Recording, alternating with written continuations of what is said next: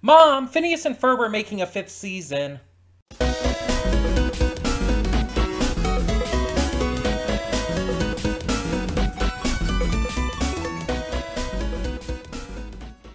Hey everyone, welcome to Princess of Gay. I'm your host Connie, and today, well, I know what we're gonna do today. We're gonna watch season 5, episode 1 of Phineas and Ferb.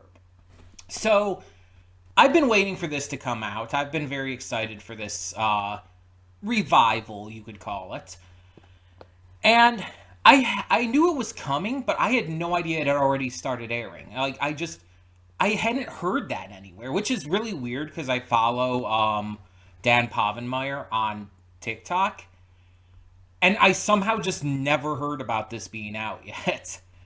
But I'm excited because I genuinely love Phineas and Ferb. I think it's a great show. But I want to address something. So back like a few years back, I want to say it was 2019. I reacted to the first 7 episodes of Milo Murphy's Law, which is by the same creators as Phineas and Ferb, and eventually it's kind of come to realize it's a sort of sister series that takes place in the same universe and all. The characters from Phineas and Ferb even appear in it. And I liked Milo Murphy's Law. I liked it a lot, but I decided to stop reacting to it after episode 7. Not because of disliking it, but I thought it was like maybe not great for reactions for me at the time. My notable reason that I gave was basically that because it's very episodic, I didn't think it was gonna lead to good reactions. I felt at the time that reactions for me would be better going into a series that is more, serialized, has an ongoing narrative, rather than something that's going to, be different every week. And while there was some continuity and some notable characters and side things that would appear again and again, it's like at the time it wasn't doing it enough for me to be super invested in reacting. I think at the time I was also not doing a schedule. So it's that probably didn't help, because for those who don't know, who are newer to the channel, I've gone back and forth over the years. At points I'll have a pretty strict schedule. I do the same shows each day of the week every week, unless something happens or something comes up to where I can't record that day. But there have been points where I've been completely schedule free. And it's just I have a few shows I'm reacting to at the moment, and I just get to whatever I want to get to when I want to get to it. And I had gone at that point when I ended up dropping it, I had gone weeks without getting to any more of it, and I just kind of came to realize at the time I don't really want to react to it. And so, coming into now Phineas and Ferb, my thoughts kind of go into the lane of, at this point in time, at this current point in time, the beginning of July 2025, I'm at a point where I'm good with reacting to some lighthearted episodic stuff, as long as it's something that's going to still remain entertaining and exciting for me. And so it's not going to be an issue for me as of where I'm at currently as a reactor. There's also the fact that a couple years back, we reacted to the Phineas and Ferb movie, Candace Against the Universe. And I loved that. It was a fantastic movie that had some amazing songs and just really, really continued the legacy of the series in a great way.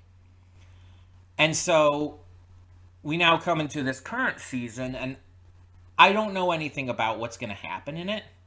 I know there's a new updated opening, but I have not seen it yet.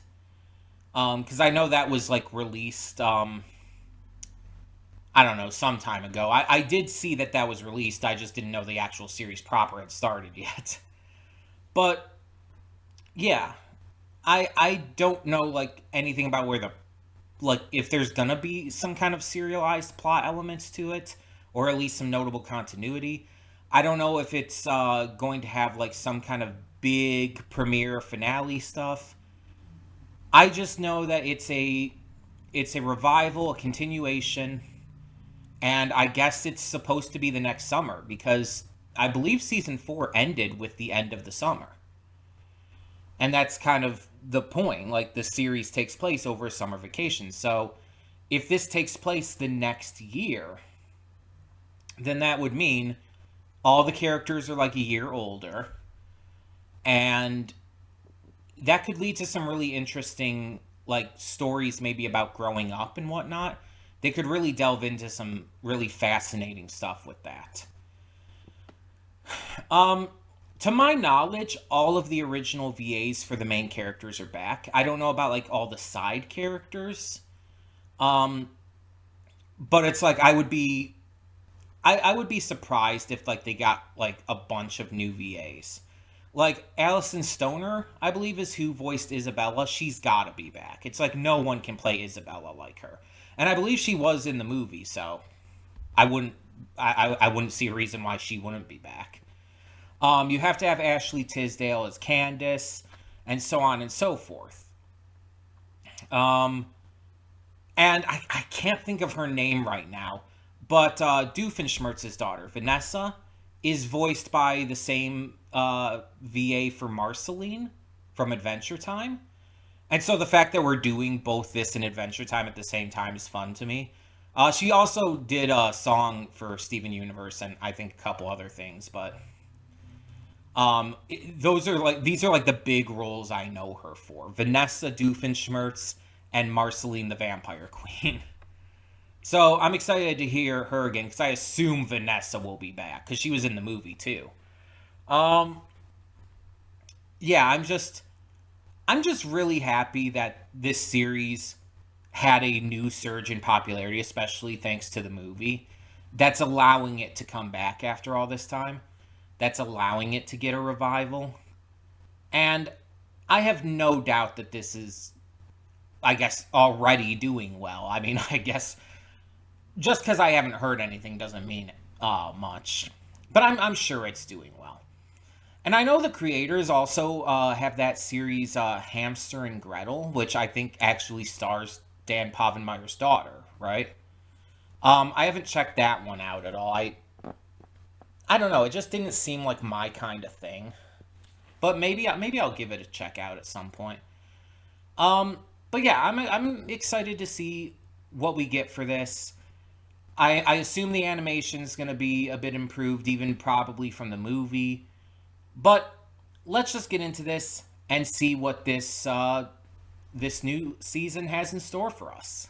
Hold up just a sec. Before you click that link down in the description below to get to today's video, I want to remind you of all the awesome content we have both on this channel and the Princess of Gaming channel.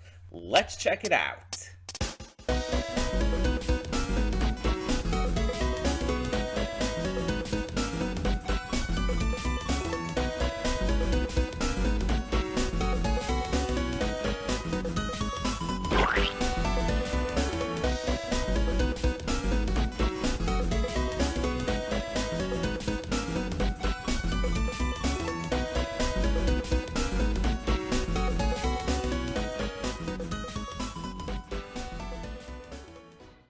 And we are back, and we'll begin with spoilers in 3, 2, 1, now. So, I'm going to give you a little behind the scenes here. When I'm reacting to something, I'm not only paying attention and watching it, not only talking about like my thoughts on it as I'm going, but I'm also thinking. I'm thinking as I'm watching the series, oh, this is giving me these kind of feelings. I'm thinking about it this way. And I'm like going through my head, like even what I'm going to say in the afterthoughts sometimes. I'm like going in to my head and like thinking about like, oh, I'm going to talk about this in the afterthoughts. I'm going to mention this, so on and so forth. And I'm still paying attention. It's just it goes through my head naturally, just a natural, just instinctual thought as I'm watching. But while I was watching this, for a good portion of it, of the first half of it, I guess, part one, my thought was that this is a very safe, basic episode of Phineas and Ferb to start off with. And that's not a bad thing, by the way. But that thought was going through my head. It's very safe, it's very basic, it's like by the numbers.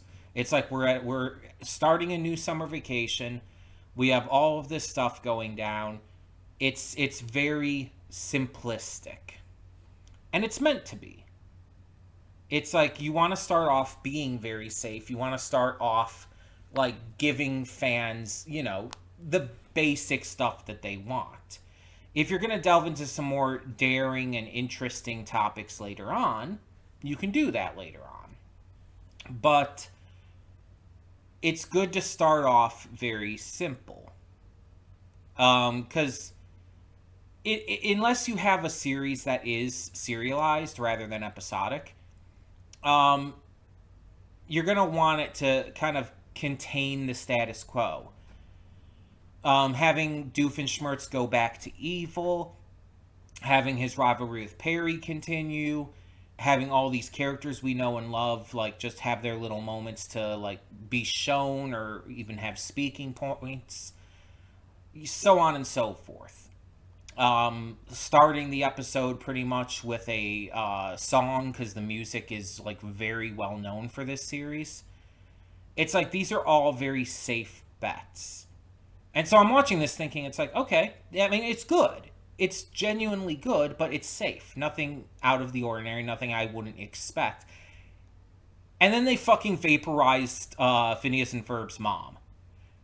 And it's like my entire thought process kind of went out the window there.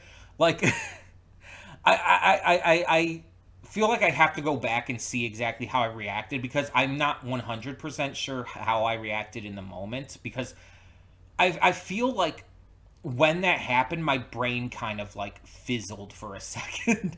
Like, I just didn't fully grasp what had happened for a second there. Because it's like, that was probably one of the least safe decisions they could have made, right? Like, you have this episode going to a point of all of these safe decisions, all these characters we know and love, all of these plot points we know and love. Everything is by the books, very, very paint by numbers. And so when that happens, it's so shocking, because that is not a safe move. I mean, we know, of course, she'll be fine in the end. There's no, like, genuine threat or anything.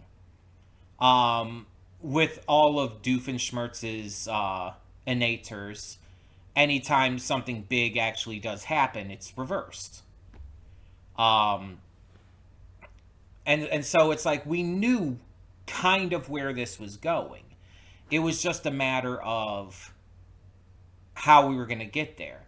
But in the moment of seeing that happen, and then, like, shortly after, followed by the, like, end of part one and everything, it's like, that was actually genuinely a surprising move.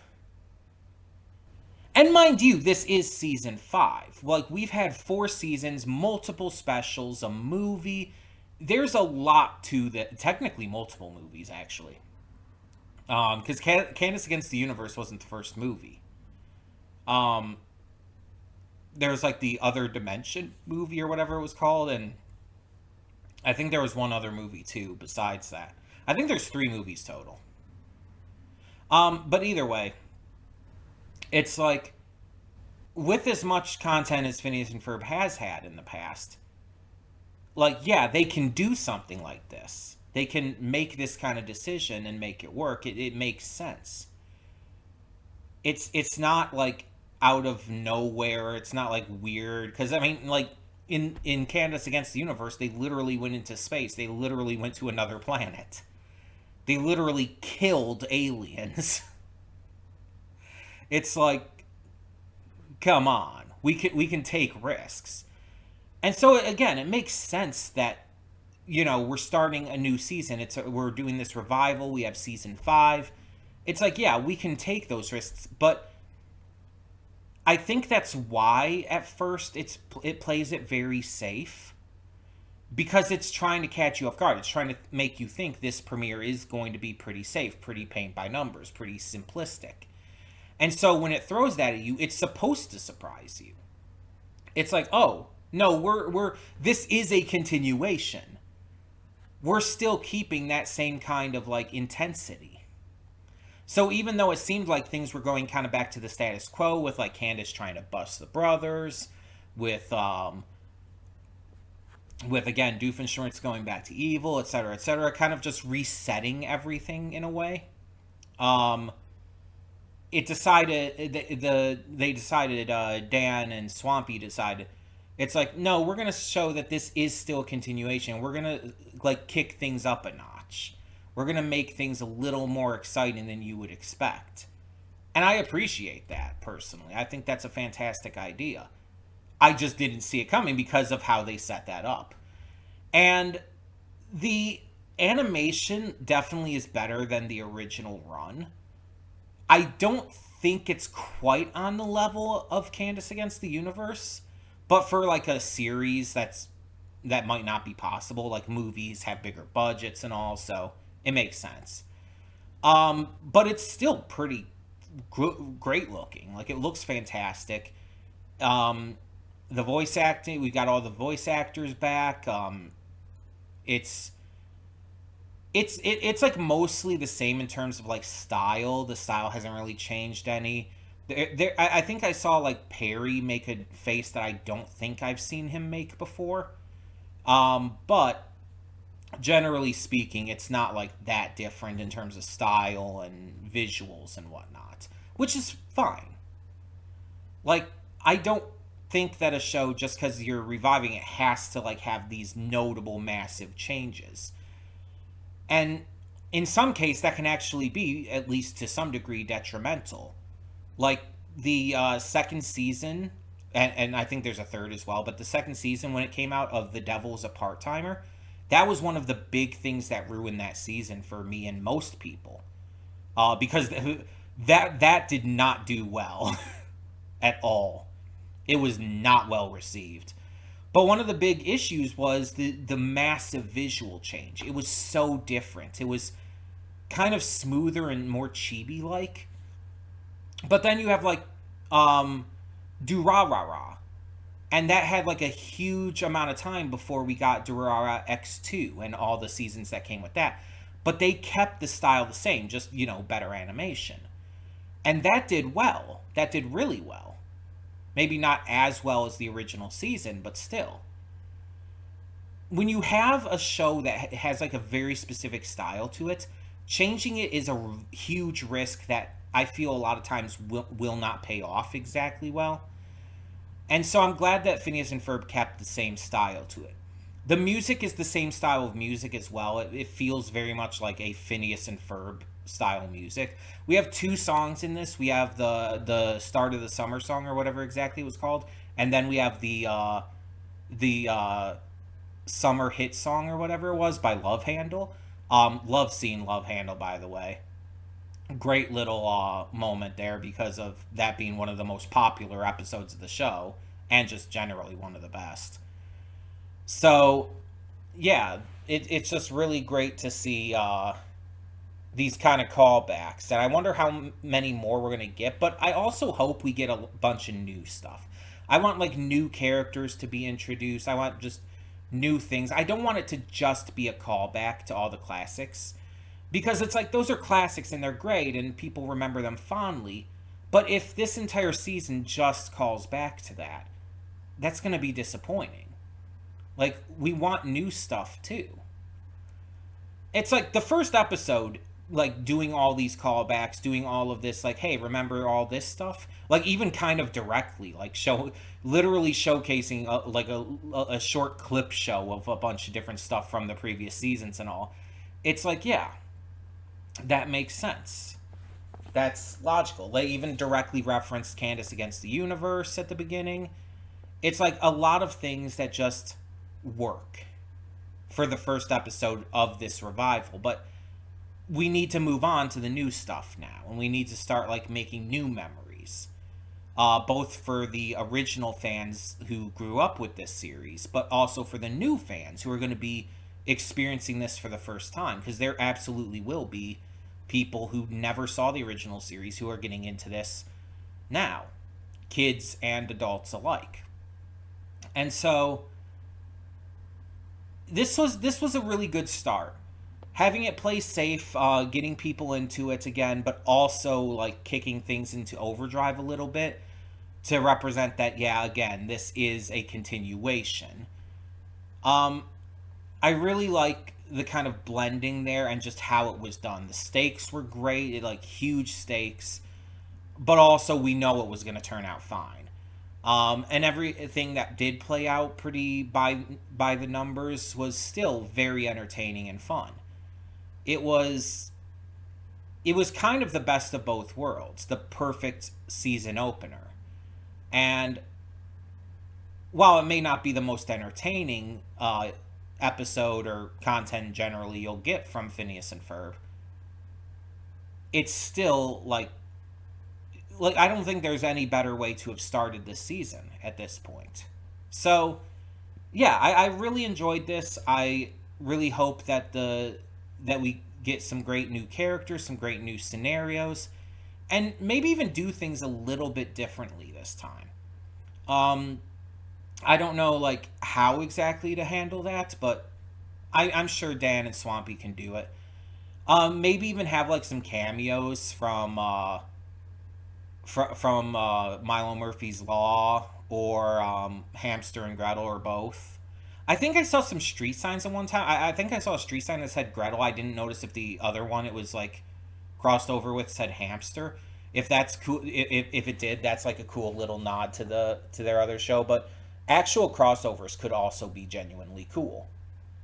Like, why not? The Phineas and Ferb gang appeared in Milo Murphy's Law. Why can't we have the opposite?